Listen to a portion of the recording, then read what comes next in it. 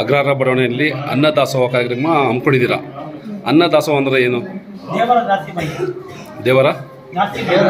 ಜಯಂತಿ. ಹಾಂ, ಇದು ನಾವು ಇವತ್ತು ದಿವಸ ನಮ್ಮ ಸಂಘದ ಮನೆಯಲ್ಲಿ ದೇವರ ದಾಸಿಮಯ ಜಯಂತಿಯನ್ನು ಆಚರಿಸ್ತಾ ಇದ್ದೇವೆ.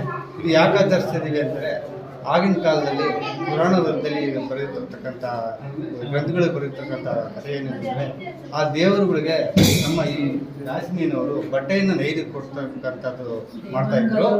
ಆ ದೇವಾಂಗ ಗುರುಗಳು ದೇವಾಲ ಮಹರ್ಷಿ ಅಂತ ಇದ್ರು. ಇವರು ನಮ್ಮ ದೇವರುಗಳಿಗೆಲ್ಲ ಬಟ್ಟೆ ನೇಯ್ದು ಕೊಡ್ತಾ ಇದ್ರು. ಸೊ ಅವರ ಜಯಂತಿನ ನಾವು ಕಾರ್ಯಕ್ರಮದಲ್ಲಿ ಆಚರಣೆ ಮಾಡ್ತಾ ಇದ್ದೀವಿ. ಪ್ರತಿ ವರ್ಷ ಈ ದಿನದಂದು ನಾವು ಈ ದೇವರ ದಾಸಿಗಳ ಜಯಂತಿಯನ್ನು ನಮ್ಮ ಜನಾಂಗದವರು ಆಚರಿಸ್ಕೊಂಡು ಬರ್ತಾ ಇರೋಂಥ ಪದ್ಧತಿ ಇದೆ. ಅದರಿಂದ ನಾವು ಇವತ್ತಿಗೆ ಆಚರಿಸ್ತಾ ಇದ್ವಿ.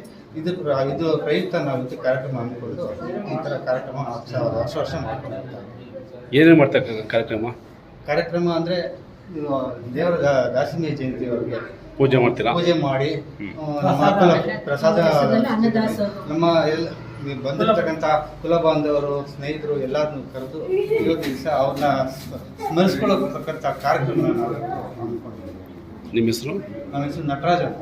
ಏನಾಗಿದ್ದೀರಾ ಈ ಸಂಸ್ಥೆ? ನಾವು ಇಲ್ಲಿ ಖಜಾಂಚಿ ಆಗಿದ್ದೀವಿ. ನಮ್ಮ ಶ್ರೀ ವಿನಾಯಕ ತೆಲುಗು ದೇವಾಂಗ ಸಂಘದ ಖಜಾಂಚಿ ಆಗಿದ್ದೀವಿ. ಸರಿ.